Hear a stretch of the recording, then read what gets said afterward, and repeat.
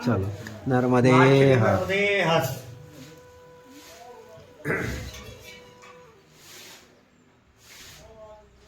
आज एक विषय पर हम लोग चर्चा करें, मां नर्मदा जी की परिक्रमा। हमको ये समझना पड़ेगा कि मां नर्मदा जी की परिक्रमा क्या है, किन लोगों के लिए है, और ऐसा क्यों होता है कि आप दुनिया में सब तरह के तीर्थ, सब तरह की पूजा पाठ करी, आपको अपने जेब का खर्चा करना पड़ता है। नर्मदा जी में सारी चीजें निशुल्क क्यों? जब हम समझेंगे ना, तो एक कोर खाने के पहले हम सोचेंगे। आज कोई सोचता नहीं, कोई विचारता नहीं। कोई जाता है गांव में से परिक्रमा करके घर पे, एक चीज बोलता है, 3500 किलोमीटर में क्या है, रुकते कहाँ हो, रहते कहाँ हो, खाने को क्या मिलता है। हम लोगों के दिमाग में सिर्फ एक चीज भरी है, बढ़िया वहां पर अच्छे लोग हैं, खाने को मिल जाता है, रुकने को मिल जाता है, उल्टा दवाई गोली कंबल, और एक एक परिक्रमा में आप अभी तक हजार रुपए तो आ गए होंगे, नहीं आए? नर्मदा जी ने दिए ना। तो ऐसा क्यों है? आखिरकार यहाँ के लोग ऐसा करते क्यों हैं? आखिरकार यहाँ के नर्मदा खंड के लोगों को ऐसा कौन सी बीमारी लगी है जो आप लोगों के लिए लगे? हमको समझना पड़ेगा। नर्मदा परिक्रमा प्रत्येक व्यक्ति के लिए नहीं है। नर्मदा परिक्रमा हर एक व्यक्ति के लिए नहीं है। नर्मदा परिक्रमा सिर्फ और सिर्फ उसके लिए है जो भगवान का भजन और चिंतन करता हो, जो भगवान के नाम जाप स्मरण कर रहा है, उसके लिए यहाँ पर सारी चीजें निशुल्क है। नहीं तो आपने भजन और साधन नहीं करा, आप यहाँ से कुछ लेकर के नहीं जाओगे सिवाय कर्जे के। केसीसी समझते हो? किसान क्रेडिट में भी किसान, केसीसी किसान क्रेडिट कार्ड। अच्छा, हमारे पास जमीन है 5 एकड़, सोसाइटी हमको क्या देती है, उस पे लोन। अच्छा, यहाँ पर आपको सारी चीज मिल रही है, आपके पास जमीन है क्या? भगवान का आधार है क्या? भगवान के प्रति प्रेम है क्या? भगवान का भजन और साधन है तो आपको यहाँ पर सारी चीजें मिलेगी। नहीं, यहाँ कुछ भी निशुल्क नहीं है, सारी चीजों का शुल्क लगता ही लगता है। आपको मालूम है आप किसकी परिक्रमा लगा रहे हैं? अच्छा, कितने वर्षों से चलती है? अभी 2-4-5 साल से तो सबको मालूम चला, नहीं तो उसके पहले मालूम ही नहीं था। नर्मदा छोड़ो, 12 ज्योतिर्लिंग में एक ज्योतिर्लिंग ओमकारेश्वर है जो नर्मदा जी के किनारे है। आज से 5 साल पहले मालूम था क्या? देखो, स्वीकार करिए, अब बाढ़ आ गई, अब तबाही मची है, जिसको देखो कहां जा रहे हैं, वो कार्तिक पूर्णिमा पर नर्मदा हर करने। क्यों? मेरा आपसे प्रश्न है, नर्मदा परिक्रमा किस लिए? आप किसके लिए कर रहे हो? किसके लिए परिक्रमा होती है? आप यहाँ पर ही चल रहे हो, आज ओमकारेश्वर से चल करके सेमरला में 1300 किलोमीटर हो गए। किसके लिए? भोजन और रुकना और रहने के लिए क्या? जब हमारे दिमाग में सिर्फ एक चीज भरी है, हमको खाने को मिलता है, हमको रहने को मिलता है, हम चल रहे हैं, बहुत बड़ा तप कर रहे हैं। नर्मदा जी चलने की जगह नहीं, नर्मदा जी रहने की जगह नहीं। मां नर्मदा जी की परिक्रमा हम लोग करने निकले, एक विशेष चीज समझिए आप सब लोगों ने किस तरह के कपड़े पहन रखे हैं? देखिए, ये हमारे बीच में एक सन्यासी महात्मा है, देखिए इनका क्या कपड़ा है, ये देखो अचला, कलर मत देखो, अचला। आप लोगों ने क्या पहन रखा है? अचला धोती पहन रखी ना। आप में और मेरे में और स्वामी जी में कुछ फर्क दिख रहा है क्या यहाँ पर? कैसा फर्क? आप सब लोगों ने धोती पहन रखी है, मैंने भी धोती पहन रखी है। मां नर्मदा जी की परिक्रमा में धोती कुर्ता अनिवार्य है कि नहीं काका जी? अच्छा, इसको क्या बोलते हैं हमारे शास्त्र में? ये क्या बोलते हैं? वेश भगवान का बोलते हैं ना, कहीं सुना होगा शब्द, क्या बोलते हैं? वेश भगवान का। आपने क्या पहन रखा है? वेश भगवान का। आप किस है ना, वेश समझ रहे हैं ना आप? अच्छा, दूसरी एक चीज गौर करिए, आपने वेश तो बना लिया भगवान का, अब आपके हाथ में क्या दे दिया? एक डंडा और एक कमंडल। नर्मदा परिक्रमा में अनिवार्य है कि नहीं? चलो देखो, ये धागा बंधा, देखो ये बंधा, पंडित जी ने क्या बोला था? रोज निलाना दुलाना, बोला ना। देखो ये कमंडल, देखो ये धागा बंधा, क्या बोला था पंडित जी ने? रोज निलाना दुलाना बोला ना, मैंने तो नहीं बोला ना। 1300 किलोमीटर 1.5 महीने पहले किसने बोला? रोज निलाना दुलाना, इनकी पूजा पाठ करना। अच्छा, हमारे धर्म में, हमारी संस्कृति में काका जी अनेक तरह की यात्राएं, समझिएगा, हमारे धर्म संस्कृति में अनेक तरह की यात्राएं हैं। अनेक तरह से यात्रा करते ना, हम केदारनाथ जाते, हम बद्रीनाथ जाते, हम हरिद्वार जाते, हम पंढरपुर जाते, हम द्वारका जी जाते, हम रामेश्वरम जाते, हम दुनिया के अनेक अनेक हिस्सों में यात्राएं करते कि नहीं? हमारे धर्म में अनेक, चलो हमारा धर्म छोड़ो, मुसलमान हुए, ईसाई हुए, पारसी हुए, जैन हुए, सिख हुए, किसी और धार्मिक यात्रा में अपन डंडा और कमंडल रखते हैं क्या? किसी और, हमारे धर्म की नहीं, किसी भी धर्म की, दुनिया के किसी भी धर्म में डंडा और कमंडल अनिवार्य है क्या? आपने देखा क्या? नर्मदा परिक्रमा में क्यों पंडित जी ने बोला है कि इसको रोज नहलाना और इसको रोज धुलाना, इसकी पूजा करना? हमको समझना पड़ेगा। किसी और यात्रा में डंडा कमंडल नहीं है ना, सिवाय नर्मदा परिक्रमा के। ये बात अलग है कि आप इसका महत्व नहीं समझ पा रहे हो। अधिकतर लोग सोचते हैं जस्ट अ वॉकिंग स्टिक, सहारा लेने वाली कोई डंडी, कुत्ता और बिल्ली को हटाने वाला कोई यंत्र, और जंगल में अकेले चलते हैं तो सहारा के लिए कोई डंडा चाहिए, और इसको हम समझते हैं पानी पीने का कोई लोटा है। नहीं तो शौच जाने के लिए भीड़ ज्यादा बढ़ती है ना, शौचालय कम पड़ते हैं, जंगल झाड़ी जाने। देखिए इसके ऊपर आपने ब्रह्म सूत्र बनाया, देखो ब्राह्मण के द्वारा बना हुआ है, ब्रह्मा जी का सूत्र है, देखो यहाँ भी बंधा हुआ।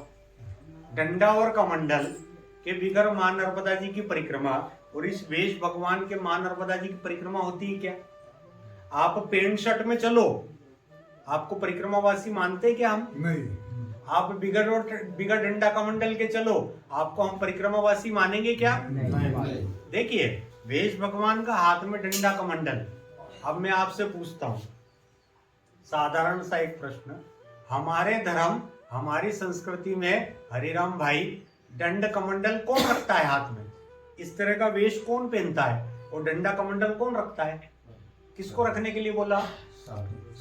देखो वारकरी संप्रदाय के संस्थापक है निवृत्तिनाथ जी महाराज, बरोबर, उनके हाथ में क्या? डंडा और कमंडल। संन्यास धर्म को लिखने वाले आदि गुरु शंकराचार्य जी, उनके हाथ में क्या? गोरखनाथ महाराज के हाथ में क्या? नवनाथ महाराज के हाथ में क्या? जगत गुरु रामानंद आचार्य जी महाराज के हाथ में क्या? साधु और सन्यासी अपने हाथ में क्या रखते हैं? डंडा और कमंडल। ये वेश भगवान का हमारे धर्म में कौन रखता है? एक साधु और एक सन्यासी। देखो आपकी भी दाढ़ी बढ़ गई, थोड़ी देर चलोगे जटाएं निकल आएगी, आप में मेरे में कोई फर्क है क्या? देखो हमको भी दिया गुरु जी ने, है ना। साधु सन्यासी को क्या रखने के लिए बोला है? दंड और कमंडल। साधु सन्यासी को क्या पहनने के लिए बोला है? अचला वेश भगवान का। मेरी माताएं बहनें हो, सलवार सूट साड़ी, है ना, सन्यास मतलब नर्मदा परिक्रमा। अब आप बताइए किसके लिए? आप किसके जैसे दिख रहे हो? एक साधु सन्यासी के जैसे दिख रहे हो कि नहीं? आप सबके सब साधु सन्यासी हो कि नहीं? अच्छा एक सन्यासी कल काका आपके घर पे मैं आता हूँ, आपको कितनी खुशी होगी? अरे ऐसा आसन लगाओ महाराज जी, ऐसा खाना है, करोगे कि नहीं? पूरे नर्मदा खंड में हम आपको क्या मानते हैं? साधु और सन्यासी। यहाँ इसी भाव के कारण आप लोगों की सेवा होती है। अब आप साधु सन्यासी जैसे दिख करके घूम तो रहे हो, लेकिन भजन और साधन करोगे तो काम का नहीं, तो आया खाया और भगा। इसकी रोकथाम करने की जिम्मेदारी हम लोगों की है। चलो कई लोग बोलते हैं महाराज जी जानकारी नहीं। देखो सीधा सा, किसी और यात्रा में डंडा कमंडल रखते हैं क्या? नहीं। किसी और यात्रा में आप केदारनाथ जाओ, आपको बोलेंगे कि धोती कुर्ता पहनो? नहीं। इकलौती यात्रा है, क्योंकि नर्मदा परिक्रमा सिर्फ और सिर्फ साधु सन्यासी के लिए और वर्तमान में आप सदग्रस्त चल रहे हो, आपके ऊपर नियम लागू होता है वानप्रस्थ का। ना बेटा है, ना कुटुंब है, ना कबीला है, नहीं हमारी मात और तात आए शरण तिहारी। गाने से काम नहीं चलेगा, मानने से काम चलेगा। थोड़ी देर हुई कि बेटा कैसा, बहू कैसा, घर कैसा, ये जो कर रहा है वो मेरी नजर में परिक्रमा नहीं कर रहा है। 1300 किलोमीटर में किसी ने 1 रुपए मांगा नहीं, पूरे 3500 किलोमीटर चले जाओ, कोई 1 रुपए मांगेगा नहीं। उतना आपको 3500 रुपए से ज्यादा आपकी जेब में दे देगा। 1 रुपए किलोमीटर मिलता है। ऐसी कोई धर्म की यात्रा होती क्या? क्यों? हम लोगों को मालूम है नर्मदा परिक्रमा सिर्फ और सिर्फ साधु सन्यासी करते हैं। ये हम लोगों की नैतिक जिम्मेदारी है। उनको भोजन, उनको स्वास्थ्य की व्यवस्था, उनको रुकना रहना हम आप लोगों को दे रहे हैं। हम आपको साधु और सन्यासी मानते हैं, हम आपको वानप्रस्थ मानते हैं, हम आप लोगों को वो मानते हैं जो भगवान का भजन और साधन कर रहे हैं। अगर आप भजन और साधन कर रहे हैं तो हमारी आस्था बनी हुई है। अगर आप भजन साधन नहीं कर रहे हैं, सिर्फ तो भोजन और रुकने के लिए चल रहे हैं, हमारी आस्था के साथ में खिलवाड़ हो रहा है कि नहीं? पूरे 3500 किलोमीटर में मैं सबकी तरफ से अकेला बोलता हूँ। मेरे जैसा आपको मुश्किल से आगे कोई मिलेगा और ना 1300 किलोमीटर में कोई आएगा। मैं जितनी भी बात बोल रहा हूँ आपके हित की बोल रहा हूँ। अब हम समझ नहीं पाए, आप समझे? इसको क्या बोलते हैं? व्यास दंड। देखो, जिला अधिकारी को क्या बोलते हैं? कलेक्टर, एसडीएम को दंड अधिकारी। कहने देखो, आने पढ़ा लिखा नहीं हूँ भाई, बाकी समाज दुनिया ने सिखाया है। क्या बोलते हैं? एसडीएम को दंड अधिकारी, दंड का अधिकारी। कहना ये मतलब है आप उसके एरिया में गलत चलोगे, आपको सजा देने का अधिकार है कि नहीं? एसडीएम तहसीलदार को आपको सजा देने का अधिकार है कि नहीं? कलेक्टर को आपको सजा देने की अधिकार है कि नहीं? उसके आगे नाम के आगे क्या लिखता है? दंड अधिकारी। एक तरह से वो जज होता है, न्यायाधीश होता है। ठीक है, दंड हो गया एक नियम, एक कायदा, एक संविधान, एक विधान। समझ गए? ये कि किसको आपने हाथ में लिया? एक सन्यासी किसको हाथ में लेता है? एक नियम को, एक संकल्प को, एक विधान को, एक प्रतिष्ठा को। ठीक है, ये तो हो गया संविधान, दंड। ये हो गया कमंडल। इसकी रचना किसने करी? तो देखो, राजा बलि ने 9 अश्वमेघ यज्ञ संपूर्ण करे, 100वें की तैयारी थी। विट्ठल क्या बन करके आया? वामन, है ना? वामन भगवान आए, संकल्प विकल्प में राजा बलि को बांधा, पहला पांव उठाया तो कहां गया? ब्रह्मलोक में। ब्रह्मा जी ने क्या करा? अरे आज तो नारायण के विट्ठल के चरण आ गए ब्रह्मलोक में, मेरे से बड़ा भागी कोई नहीं। भगवान के चरण तो दुला लूं, लेकिन भगवान के चरणामृत को रखूंगा कहां? भगवान के चरणामृत को रखने के लिए मेरे पास कोई पात्र नहीं। अपने संकल्प विकल्प से उन्होंने क्या बनाया? ब्रह्म पात्र।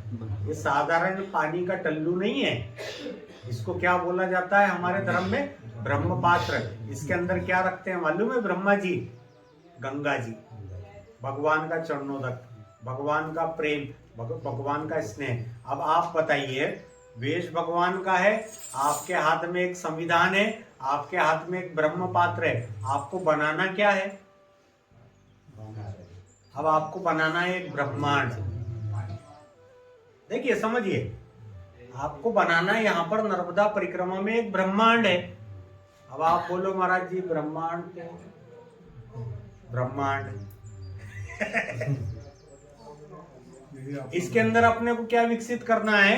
एक दंड, एक संविधान और ब्रह्मा जी के दिए हुए पात्र के द्वारा अपने अंदर एक ब्रह्मांड बनाना है। इस ब्रह्मांड में कौन रहेगा? भगवान राम, भगवान कृष्ण, गुरुदेव। हमको उसका चिंतन करके अपने आप को विकसित करने के लिए अनादिकाल से मां नर्मदा जी की परिक्रमा हो रही है। साधु सन्यासी इसी भाव को धारण करके मां नर्मदा जी की परिक्रमा कर रहे हैं। आप सब लोग मेरी बातों से कितने प्रतिशत सहमत हैं? जबरदस्ती लेने का नहीं है ना। अब ये तो हो गया, हमको करना था यहाँ पर भजन। हमको करना था यहाँ पर साधन, हमको दिखाना था यहाँ पर त्याग, हमको करना था वैराग्य। ये सब तो आया नहीं। बस हम देख रहे हैं, सवेरे से रात को बैठते हैं, किलोमीटर अनक्षेत्र, किलोमीटर अनक्षेत्र। देखो सबको बीमारी लगी, सबको एक ही बीमारी लगी, किलोमीटर अनक्षेत्र, किलोमीटर अनक्षेत्र। ये किस तरह की धार्मिक, आप फिर इसको क्यों लेकर के घूम रहे हो? चलो माहिती नहीं। अब हमको करना क्या था और हम कर क्या रहे? आप खुद अपने आप में दंडाधिकारी, जिलाधीश, कलेक्टर, एसडीएम बन करके अपना आत्मचिंतन करिए कि हम यहाँ पर आ रहे हैं नर्मदा जी के किनारे, ये क्यों लोग हमको फ्री में खिला रहे हैं? क्यों हर कदम पे बोल रहे हैं आओ माता राम, आओ बाबा जी, चाय पियो, बिस्कुट खाओ, खाना खाओ। देखो यहाँ भी एक को भी आगे नहीं जानती है मैंने, जो भी आया भोजन करो।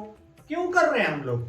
हम लोग आपके हाथ में डंडा देखते हैं, आपके हाथ में कमंडल देखते हैं, आपका वेश भगवान का देखते हैं। हम ये सोच रहे हैं ये एक ऐसे कार्य में निकला है, अपने आप को भगवान के अंदर, भगवान की कृपा को प्राप्त करने के लिए निकला है।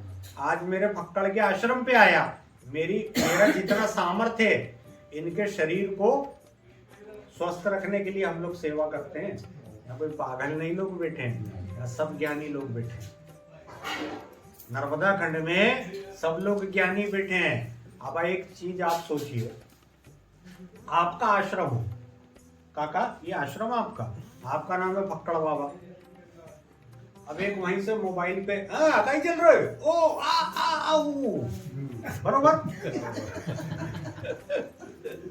और एक जय जय राम कृष्ण, कोई लेना देना नहीं, मन ही मन राम कृष्ण हरि। अच्छा, इन दोनों में से भोजन कराना किसको अच्छा है? बोलने का तुम अकेला। एक मोबाइल धारी और एक मालाधारी, इन दोनों में से भोजन कराओगे, किसको अच्छा लगेगा आपको? मालाधारी।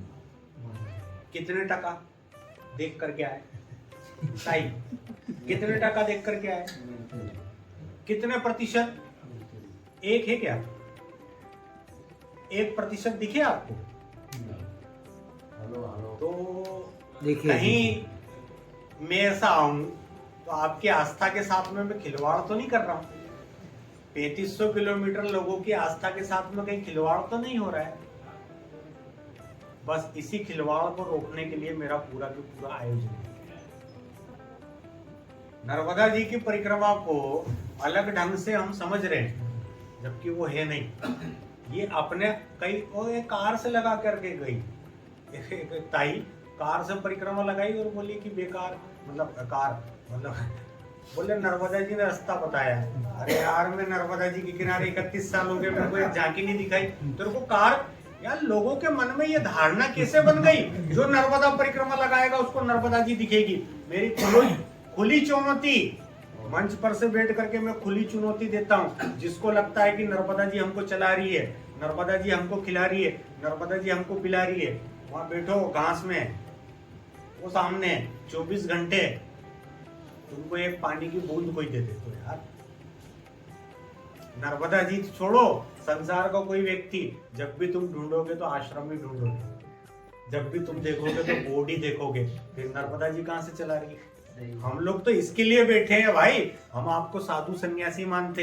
एक सन्यासी काका जी आपके घर में आए, आप कितने खुश होगे, चरण धोगे, पूजा करोगे। हमारे घर में सब सन्यासी बैठे हैं, लेकिन आप में सन्यास का नियम है तो ठीक है, नहीं तो हमारी आस्था, हमारे प्रेम के साथ में खिलवाड़ के साथ में, अपने आप के साथ में भी खिलवाड़ कर रहे हो। ना पीछे कोई महेश्वर है और ना आगे कोई बड़वा में और नेमावर है। वैकुंठ जाने का रास्ता बनाया है, वैकुंठ जाने का रास्ता 21 कल्प हो गए। जगत जननी, आप में से कितने लोग महाराष्ट्र के हैं? सभी लगभग 2 4 5। आप में से कितने लोग मेरे को बता सकते हैं, आपको छोड़ करके और आपको भी छोड़ करके? समर्थ गुरु रामदास जी महाराज ने मां नर्मदा की परिक्रमा लगाई, कितने लोग जानते हैं? बताइए। समर्थ गुरु रामदास जी महाराज का नाम सुना है? महाराष्ट्र प्रांत के है ना। आप में से कितने लोग जानते हैं उन्होंने मां नर्मदा की परिक्रमा लगाई? चलो छोड़ो। छत्रपति शिवाजी महाराज का नाम सुना है? उन्होंने एक मंदिर बनाया, कहां पर? नर्मदा जी के किनारे। अरे मुख्य मना हरि मुख्य मना कहने से काम नहीं चलेगा। छत्रपति शिवाजी महाराज ने नर्मदा जी के किनारे एक मंदिर बनाया, मेरे को बताइए कहां पर है, बोलिए। फिर किधर चले? अरे मैं इधर चला मैं उधर चला, जाने कहां मैं किधर चला, रोको कोई मैं तो खाने चला। आजकल परिक्रमा को कैसा समझ रखा? ए आती क्या परिक्रमा, क्या करें आके में परिक्रमा, अरे खाएंगे पिएंगे घूमेंगे फिरेंगे ऐश करेंगे और क्या। ए आती क्या परिक्रमा। देखो व्यंग की बात नहीं है, अपने आप को संभाल लो। आपको यहाँ पर कुछ भी चीज निशुल्क नहीं है। आप दुनिया में कितना भी भजन और साधन कर लोगे, direct UPI account cut Narmada ji में। हमारी आस्था है। मेरी माँ के गर्भ में मेरी माँ बहन बैठी है, मेरी मौसी बहन। 5.5 माह का जब गर्भ में हम होते हैं ना, नर्मदा खंड के लोग पेट में लात मारते हैं ना, पूरा आकार हमारा हो जाता है 5.5 माह में, माँ के गर्भ में। जब से नर्मदे हर बोलते हो सुनते हैं। जब पहली बार आंख खुली ना काका जी, मैंने परिक्रमा साधु सन्यासी को देखा। पहला स्नान हुआ तो नर्मदा जी में, पहली बार कहीं कुछ देखा तो मंदिर। अरे हम बचपन से देख रहे हैं, हमारे बाप दादा मर गए साधु सन्यासियों की सेवा करते करते। आपको लग रहा है ये भले भले लोग बैठे हैं यार। ये हमारी नैतिक जिम्मेदारी है। दिस मतलब ये हमारे खून के अंदर है कि हमको यहाँ पर जो चल रहा है डंडा। पहले सिर्फ साधु सन्यासी चलते थे, 2010 तक तो बहुत अच्छी थी, 2015 तक बहुत अच्छी थी। कोरोना के बाद में बर्बाद हो गई, पक्की बात। पहले शेर चलते थे, बुरा नहीं मानना, अब भेड़ चलती। कहीं चलने की जरूरत नहीं, धक्का लगा लगा करके अपने आप पहुंच जाते। वो जा रहा सफेद कपड़े वाला, चलो पीछे। आगे की जानकारी के लिए पार्ट 2 देखें, बहुत ही महत्वपूर्ण जानकारी आपको मिलेगी।